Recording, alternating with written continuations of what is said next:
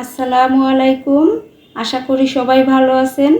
আজকে আমি আপনাদের সামনে নিয়ে আসলাম মজাদার একটি শাহী ডেজার্ট আইটেম, আর সেটা হলো শাহী টুকরা। খুব সহজে আমি আজকে আপনাদেরকে মজাদার এই শাহী টুকরার রেসিপিটা করে দেখাবো। তো না টেনে পুরো ভিডিওটা দেখতে থাকুন। প্রথমেই নিয়ে নিলাম 6 পিস পাউরুটি। এবার এটা কেটে সাইড থেকে বাদামি অংশটুকু বাদ দিয়ে দিব। এরপর মাঝখান থেকে কেটে 3 কোনা শেপ দিয়ে নেব। আপনারা চাইলে যে কোনো শেপ দিয়েই নিতে পারেন। চুলায় একটা প্যানে দিয়ে দিলাম আধা কেজি পরিমাণ লিকুইড গরুর দুধ, এটা ফুল ক্রিম। এবার এটা জাল করে বলক আসা পর্যন্ত অপেক্ষা করব। দুধে বলক চলে এসেছে, এখন কিছুটা দুধ তুলে রাখবো। একটা বাটিতে সামান্য একটু জাফরান দিয়ে দিয়েছি। এখন দুধ দিয়ে কিছুক্ষণ ভিজিয়ে রাখবো।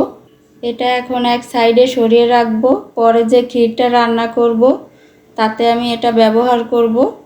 এবার চুলায় একটা প্যান বসিয়ে দিয়ে দিলাম 1 চা চামচ ঘি। ঘিটা গলে গেলে দিয়ে দিলাম কাজু বাদাম এবং কাঠবাদাম কুচি। এবার সামান্য একটু ভেজে নেব, নেড়ে চেড়ে হালকা করে ভেজে নেব। এটা অতিরিক্ত ভাজার কোনো দরকার নেই। আর আপনারা চাইলে এখানে কাঁচা বাদামটাও দিতে পারেন না ভেজে, তবে বাদামটা ভেজে নিলে বেশি ভালো লাগে। বাদামগুলো ভেজে নেওয়া হয়ে গেছে, এখন আমি তুলে নেব। একই প্যানে দিয়ে দিলাম 2 চা চামচ ঘি। এবার ঘিটা গলে গেলে দিয়ে দিলাম কেটে রাখা পাউরুটি। মিডিয়াম আঁচে পাউরুটিগুলো খুব ভালোভাবে ভেজে নিতে হবে যেন পুড়ে না যায়।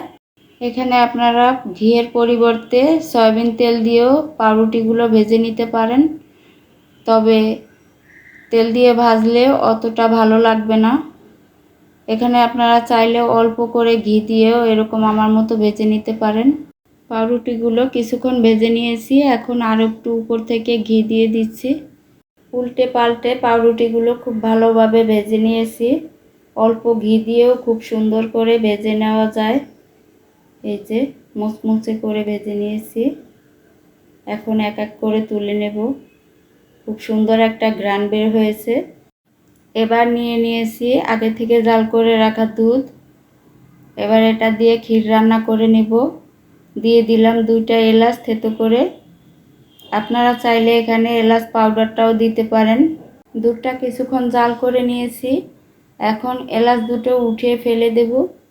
এবার দিয়ে দেব ভিজিয়ে রাখা জাফরান, নেড়ে চেড়ে একটু মিশিয়ে নেব।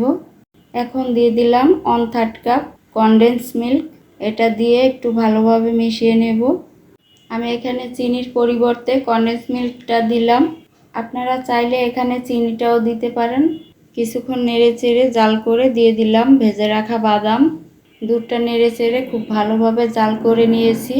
এই যে এরকম ঘন হয়েছে, একদম ক্ষীর হয়ে গেছে। এখন এটা আরও কিছুক্ষণ জাল করে আর একটু ঘন করে নামিয়ে নেব। এবার চুলায় একটা প্যান বসিয়ে দিয়ে দিলাম 1 কাপ পানি, আর দিয়ে দিলাম আধা কাপ পরিমাণ চিনি।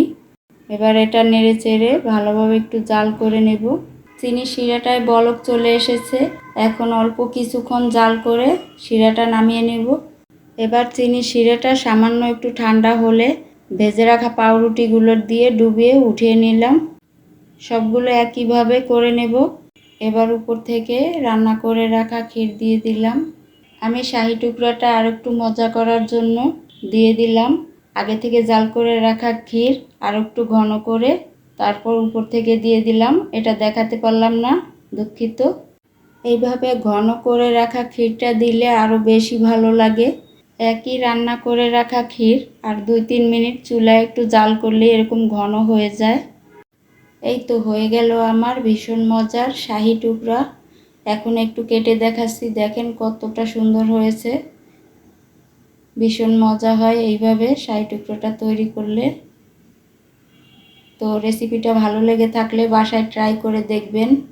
আরও মজার মজার রেসিপি পেতে আমার চ্যানেলটি লাইক, কমেন্ট, শেয়ার এবং সাবস্ক্রাইব করে আমার পাশে থাকবেন।